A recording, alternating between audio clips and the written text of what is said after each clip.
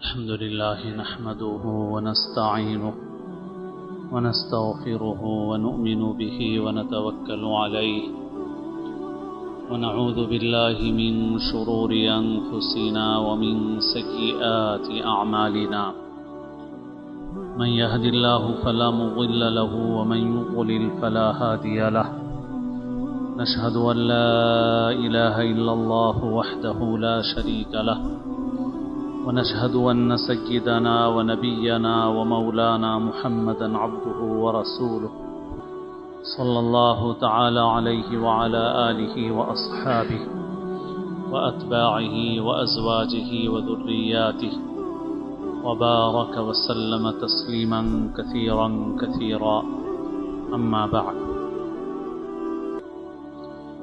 قابل احترام بزرگوں، عزیز دوستوں اور ساتھیوں، گزشتہ جمعے میں موجودہ حالات میں ہم کو کیا کرنا چاہیے اس سلسلے کی کچھ بات عرض کی گئی تھی، اور انشاءاللہ آئندہ حسب توفیق اور باتیں عرض کی جائیں گی. اس وقت موجودہ جو بیماری چل رہی ہے اسی کے سلسلے میں کچھ مختصر باتیں عرض کی جا رہی ہیں. ہماری ریاست کے تلنگانہ کے وزیر صحت کا بیان آج اخبارات میں شائع ہوا ہے، اور اخباروں نے سرخی لگائی ہے کہ کورونا کا واحد علاج ہمت ہے. اس بیماری کا، اس کورونا کا واحد علاج ہمت ہے. ہمارے وزیر صحت کی یہ بات بالکل بجا ہے. انسان کو اللہ نے جو دماغ دیا ہے اور انسان کے اندر ہمت اور حوصلے کی جو صلاحیت اللہ نے رکھی ہے وہ ایسی ہے کہ اس کے سامنے بڑی سے بڑی طاقتیں جھک جاتی ہیں. اللہ نے انسان کو یہ چیز دی، اور یہ ہمت، یہی قوت مدافعات کا ذریعہ ہے. لیکن اس وقت موجودہ صورتحال میں جو بات قابل فکر ہے وہ یہ ہے کہ جیسے ہمارے وزیر صحت نے فرمایا کہ کورونا کا واحد علاج ہمت ہے، لیکن ہمارا پورا سسٹم ہمت شکنی کا کام کر رہا ہے، ہمت کو توڑنے کا کام کر رہا ہے، خوف پھیلانے کا کام کر رہا ہے. اور گزشتہ چند مہینوں میں یہ کام اتنا ہو چکا ہے کہ اب لوگوں سے خوف دور کرنے سے بھی دور نہیں ہو رہا ہے. اب آپ اندازہ کیجئے، لوگ بعض اوقات ہماری باتوں کو کہتے ہیں کہ بھائی آپ کی فیلڈ نہیں ہے، لیکن جو باتیں فیلڈ کے لوگ کہہ رہے ہیں آپ شروع ہی سے سنتے آ رہے ہیں کہ اگر کوئی شخص کورونا پازیٹیو پایا جائے اور پھر کچھ وقت کے بعد وہ کورونا نگیٹیو ہو جائے اور اس سے شفا یاب ہو جائے تو وہ اتنا صحت مند ہوتا ہے اس مرض سے مقابلے کے معاملے میں کہ اس کے خون کا عطیہ پلازما دوسرے کو دیا جائے تو دوسرے کا علاج ممکن ہے اس سے. پھر اس سے کسی اور کو نقصان نہیں پہنچتا، بلکہ وہ خود اتنا پاورفل، طاقتور ہوتا ہے کہ اس کے خون کا عطیہ لیا جائے، پلازما لیا جائے اور کسی مریض کو دیا جائے تو اس سے اس کے صحت یاب ہونے کی توقع ہو جاتی ہے. اور ڈاکٹروں کی اصطلاح میں کہا جاتا ہے کہ اس کے اندر اینٹی باڈیز پیدا ہو جاتی ہیں، یعنی وہ دوسروں سے زیادہ طاقتور ہو جاتا ہے اس مرض سے مقابلے کے معاملے میں. لیکن یہ خوف اتنا پھیلایا گیا ہے، ایک شخص اس وائرس سے متاثر ہوتا ہے، بخار آئے نہ آئے پازیٹیو ہوتا ہے، کچھ وقت کے بعد نیگیٹو ہو جاتا ہے، اس کے بعد بھی لوگ اس سے بھاگ رہے ہیں، لوگ اس سے دور ہو رہے ہیں۔ چنانچہ ہمارے ایک دوست ہیں، وہ کہتے ہیں کہ بھائی ان کو تو آیا، گھر والوں کو بھی آیا، دور ہو گیا، ٹیسٹ کرایا گیا، پازیٹیو بھی ہوا، پھر نگیٹیو ہو گیا، مگر مسجد کے ساتھی تک مصافحہ کیے بغیر دور سے بھاگنا چاہ رہے ہیں۔ ہم ان کو کرونا ہو گیا تھا۔ یہ خوف جو اور کرنے کی بات یہ ہے کہ بے شک ہمت، قوت مدافعت، انسان کی جو دماغی صلاحیت ہے، یہ سب سے زیادہ مددگار ہے اس مرض سے مقابلے کے لیے، لیکن شروع دن سے ہمارا سسٹم اس ہمت کو توڑنے کا کام کر رہا ہے۔ گاندھی ہاسپٹل کے سپرنٹینڈنٹ ڈاکٹر راجا راؤ صاحب کا 1-2 ہفتے پہلے اخبار میں بیان آیا کہ اگر کوئی شخص کورونا پازیٹیو پایا جائے اور 10 دن گزر جائیں، پھر اس کے بعد وہ وائرس اس سے دوسرے میں منتقل نہیں ہوتا، چاہے اس کی نگیٹیو رپورٹ ابھی نہ آئی ہو۔ لیکن میں جیسے آپ سے بتا رہا ہوں کہ جس کی نگیٹیو رپورٹ آ گئی، جس کو بخار آ کے 1 مہینہ 1.5 مہینہ ہو گیا، لوگ اس سے بھی بھاگ رہے ہیں۔ یہ کیوں ہے؟ یہ اس خوف کا نتیجہ ہے جو خوف پیدا کر دیا گیا ہے، جو خوف پھیلا دیا گیا ہے۔ چنانچہ جو لوگ مر رہے ہیں، ہمارا تو ویسے ایمان اور عقیدہ ہے کہ ظاہری اسباب چاہے کچھ بھی ہوں، لیکن وقت اس کا مقرر شدہ تھا۔ لیکن بہرحال کسی کو اگر چاقو سے مارا جائے تو ضرور کہا جائے گا کہ بھئی چاقو کے مارنے سے اس کی موت ہوئی ہے۔ کسی کو گولی ماری جائے تو کہا جائے گا کہ بھائی گولی مارنے سے اس کی موت ہوئی ہے۔ کسی کو سولی دی جائے تو کہا جائے گا کہ بھئی سولی دینے سے اس کی موت ہوئی ہے۔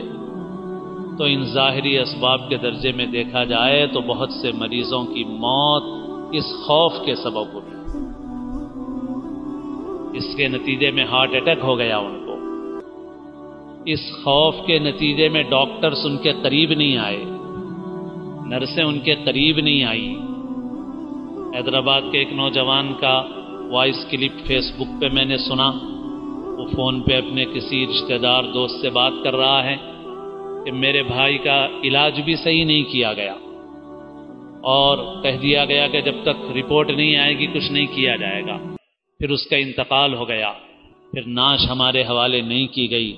پھر اس کے بعد 2-3 دن کے بعد رپورٹ آئی کہ کورونا نگیٹیو ہے اور اس کو نیمونیا تھا۔ تو نیمونیا کی تو دوا موجود ہے آپ کے پاس، علاج موجود ہے آپ کے پاس، لیکن آپ نے اسے ہاتھ نہیں لگایا۔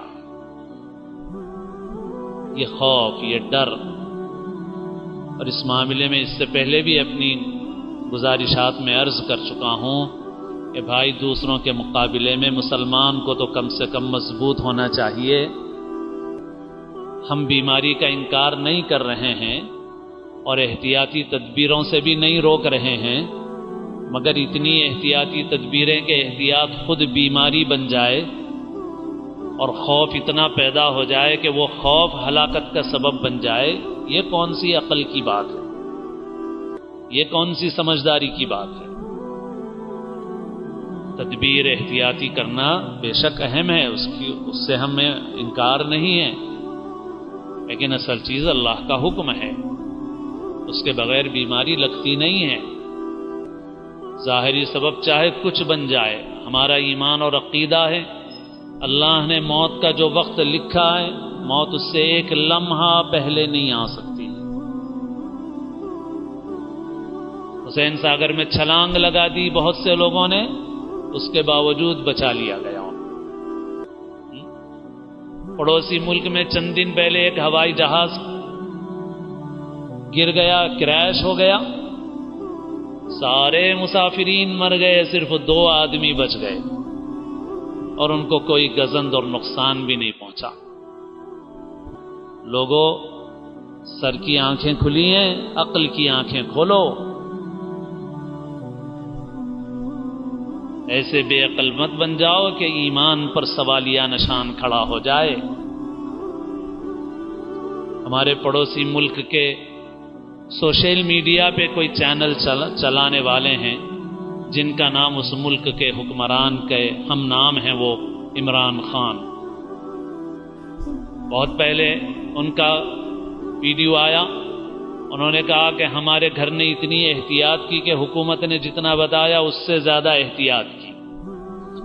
ہمارے گھر کے سامنے کا گیٹ کبھی نہیں کھلا جب سے یہ وبا شروع ہوئی ہے، اور مجھے کبھی کبھی کوئی پروگرام ضروری تھا تو میں باہر پیچھے کے کمرے سے جاتا تھا راستے سے، اور پیچھے کے راستے میں ایک کمرہ ہے ہمارا، اور اس کمرے میں حمام ہے، اور میں باہر جاتا تھا تو پھر وہاں آتا تھا، اپنے پورے کپڑے تبدیل کرتا تھا، نہاتا تھا، سینیٹائز کرتا تھا اپنے کو، اپنے کپڑوں کو جراثیم کچھ چیزوں پانی میں ڈال کر ڈبو کر کے پھر گھر کے اندر داخل ہوتا تھا۔ اس کے علاوہ ہمارے گھر میں کچھ نہیں ہوا، مگر ہمارے گھر میں 4 کورونا پازیٹیو ہیں۔ غالباً ہماری ریاست کے کسی MLA کے گھر میں آ گیا، اتنی احتیاط کی تھی کہ کچھ پوچھو مت، تو بعد میں سوچا گیا کہاں سے آیا تو وہ فلاں ترکاری والی سے آیا ہوگا۔ ارے لوگوں، جو لوگ انہی چیزوں پہ یقین رکھتے ہیں وہ اپنے دماغ کو پاگل کریں، اس میں جس کا اللہ پہ ایمان ہو اسے یقین کرنا چاہیے کہ اللہ کا حکم تھا تو آ گیا، کہیں سے بھی آ گیا۔ اینما تکونوا یدرککم الموت ولو کنتم فی بروج مشیدہ، جہاں بھی کسی مضبوط سے مضبوط قلعے میں چلے جاؤ تم، موت اگر تمہاری لکھی ہوئی ہے، وقت لکھا ہوا ہے، وہ آ کے رہے گی ہر صورت میں۔ اور کچھ ایسے لوگ بھی ہیں جنہوں نے کورونا کے مریضوں کی خدمت کی، جنہوں نے بنگلور میں بہت سے نوجوان ہیں جنہوں نے میتوں کو تیمم کروایا، بہت سے ایسے بھی ہیں جنہوں نے کورونا کے مریضوں کو غسل دیا۔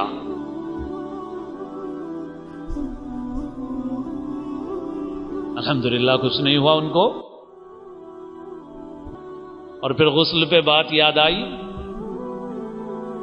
کہ WHO اور ہمارے ملک کی جو بڑا ادارہ ہے IMCR ہے، وہ مجھے تلفظ یاد نہیں ہے، جو میڈیکل کونسل ہے، انڈین میڈیکل کونسل، تو دونوں کی طرف سے یہ بات توثیق شدہ ہے کہ کورونا کی میت کو بھی 3 گھنٹے 4 گھنٹے کے بعد اس میت کا وائرس دوسرے میں منتقل نہیں ہوتا ہے۔ مجھے جب پہلے میں نے خبر پڑھی سوشل میڈیا پہ، تو میں نے ایک نوجوان کو جو واقف کار ہیں ان کو بھیجا کہ بھئی یہ ایسی ہی خبر ہے یا اس کو ویب سائٹ وغیرہ سے آپ تحقیق کر کے مجھے بتاؤ کہ مصدقہ ہے یا غیر مصدقہ ہے۔ تو انہوں نے تحقیق کر کے بتایا کہ خبر مصدقہ ہے، اور WHO اور ہماری میڈیکل کونسل دونوں بھی یہ کہتے ہیں کہ 2-3 گھنٹے کے بعد پھر اس کے وائرس دوسرے میں منتقل نہیں ہوتے۔ مگر خوف جس کی بات میں کر رہا ہوں وہ اتنا بڑا ہوا ہے کہ لوگوں نے غسل پر قدرت ہوتے ہوئے بھی غسل نہیں دیا ہے۔ اولاد قریب نہیں آئی ہے۔ شروع میں جب خوف پھیلا ہوا تھا، ایک جگہ سے فون آیا مجھے، اس مسجد کے ذمہ دار فون کر رہے تھے کہ بھئی ایک ہمارے محلے کے ہیں، تعلق رکھتے ہیں، اور وہ یہ چاہ رہے ہیں کہ مسجد کے کسی حصے میں غسل دیا جائے۔ میں نے کہا بھئی کیوں؟ مسجد میں مسائل ہوں گے حالات کے اعتبار سے، دوسرے بھی مصلی آتے ہیں، دوسروں کو اعتراض ہوگا، بھئی کسی گھر میں کہیں پر کرو، کوئی انتظام کرو ان کا، کسی گھر کے صحن میں باہر اندر مت لے جاؤ۔ تو پھر بعد میں تفصیل معلوم ہوئی کہ خود وہ صاحب جائیداد ہیں، کئی مکانات ہیں ان کے، کوئی مالی اعتبار سے قلاش آدمی نہیں ہے، خوب مال والے آدمی ہیں، مگر ان کے متعلقین ہی ان کو اپنے کسی گھر کے اندر لے جانے کے لیے تیار نہیں۔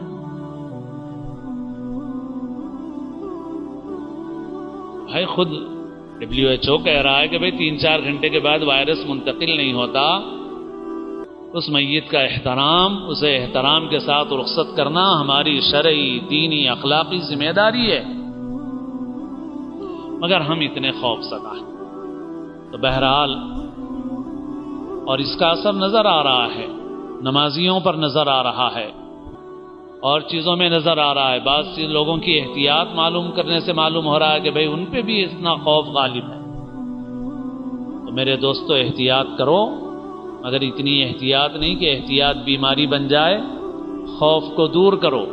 اور ہمارے وزیر صحت نے جو بیان دیا ہے وہ بالکل بجا ہے کہ جو ہمت ہے وہ انسان کے لیے سب سے بڑا محافظ ہے. اللہ نے اسے وہ یہ نعمت دی ہے، یہ دولت دی ہے. اس وجہ سے احتیاط ضرور کریں، مگر اپنی ہمت کو ختم ہونے نہ دیں، خوف کو غالب ہونے نہ دیں، اور اپنے ضروری کام احتیاطی تدبیروں کے ساتھ انجام دیتے رہیں. پورے ملک کی نہیں بلکہ پوری دنیا کی معیشت کو نقصان پہنچا ہے، اور مالدار لوگ تو اور سال 2 سال گزارا کر سکتے ہیں، لیکن جو غریب اور کمزور لوگ ہیں ان کے لیے تو اپنی زندگی کا گزارا کرنا مشکل ہو گیا ہے. اللہ تعالیٰ اپنے فضل و کرم سے پوری انسانیت کی حفاظت فرمائے. اللہ تعالیٰ حقیقتوں کو آشکارا فرمائے. اللہ تعالیٰ لوگوں کو صحیح چیز کی سمجھ نصیب فرمائے. اللہ تعالیٰ انسانیت کے دشمنوں سے اللہ تعالیٰ انسانیت کی حفاظت فرمائے، انسانیت کو نجات عطا فرمائے. اللہ تعالیٰ ہم سب کو صحت اور عافیت عطا فرمائے. اللہ تعالیٰ آزمائشوں سے، ابتلاءات سے اللہ تعالیٰ ہم سب کی حفاظت فرمائے، ہر طرح کی عافیت نصیب فرمائے، اسلام کی زندگی اور اپنے اپنے وقت پر حسن خاتمہ نصیب فرمائے.